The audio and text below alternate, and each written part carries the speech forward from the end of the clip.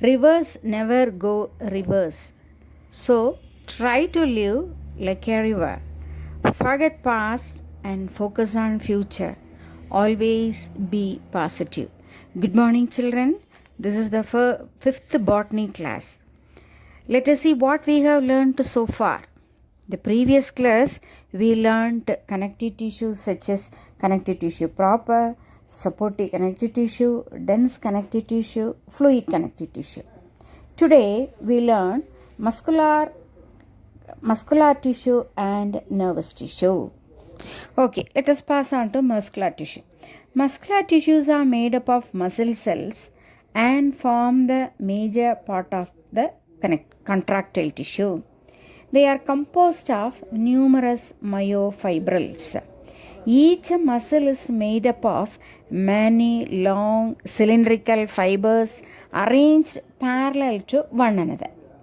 According to their structure, location, and functions, there are three main types of muscles.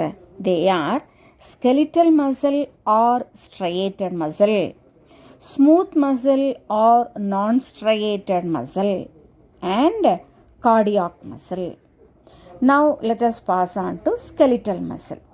These muscles are attached to the bones and are responsible for the body movements and are called skeletal muscles. They work under our control and are also known as voluntary muscles. The muscle fibers are elongated, cylindrical, unbranched with alternating dark and light bands, giving them striped or striated appearance. They possess many nuclei. What do you mean by many nuclei? Multinucleate. They occur in biceps and triceps of arms and undergo rapid contraction. Children, these skeletal muscles are known as voluntary muscles. They work as per our wish. For example, if we want to stretch our hands, we'll stretch our hands. If we wish to walk, we walk. So they are voluntary muscles. Next we pass on to smooth muscles. These muscles are spindle shaped with broad middle part and tapering ends. There is a single centrally located nucleus, so it is uninucleate. Uninucleate means single nucleus. These fibrils do not bear any stripes or striations and hence are called non-striated. They are not under the control of our will and so are called involuntary muscles. The walls of the internal organs such as the blood vessels, gastric glands, intestinal villi and urinary bladder contain this type of smooth muscles. Children, smooth muscles, the muscles present in the internal organs work as long as we live. So they are involuntary muscles. Now you can able to differentiate between voluntary muscles and involuntary muscles. Now let us pass on to cardiac muscles. It is a special contractile tissue present in the heart. The muscle fibers are cylindrical, branched and uninucleate. You know the you know the meaning of the word uninucleate. Uninucleate means single nucleus. Then the branches join to form a network called as intercalated disc, which are unique distinguishing features of the cardiac muscles. The contraction of cardiac muscle is involuntary and rhythmic. See children, cardiac muscle present in the heart. See, heart also working continuously until the life ends. So, heart is made up of involuntary muscles. Next we pass on to nervous tissue. Nervous tissue comprises of the nerve cells or neurons.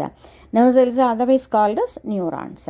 They are the longest cells of the body. So, which is the longest cell in our body? Neurons are the longest cells of our body. Neurons are the structural and functional units of the nervous tissue. The elongated and slender processes of the neurons are the nerve fibers. Each neuron consists of a cell body or cyton with nucleus and cytoplasm. The dendrons are short and highly branched protoplasmic processes of cyton.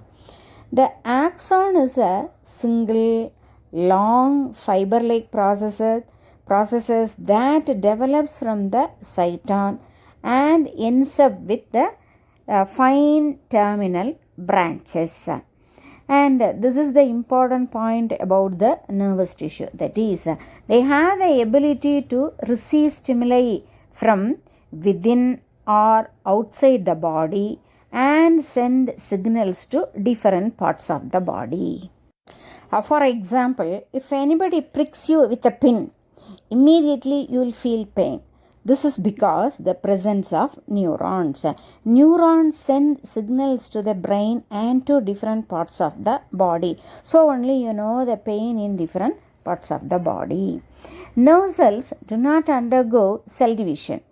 This is due to the absence of centrioles, because centrioles play an important role in the cell division. These nerve cells lack centrioles, but they are developed from glial cells by neurogenesis. Children, what do you mean by glial cells? Glial cells are any of the cells that hold nerve cells in place and help them work the way they should. These are glial cells. Children, now we come to the end of the class. Now I am going to give some questions as homework. They are: 1.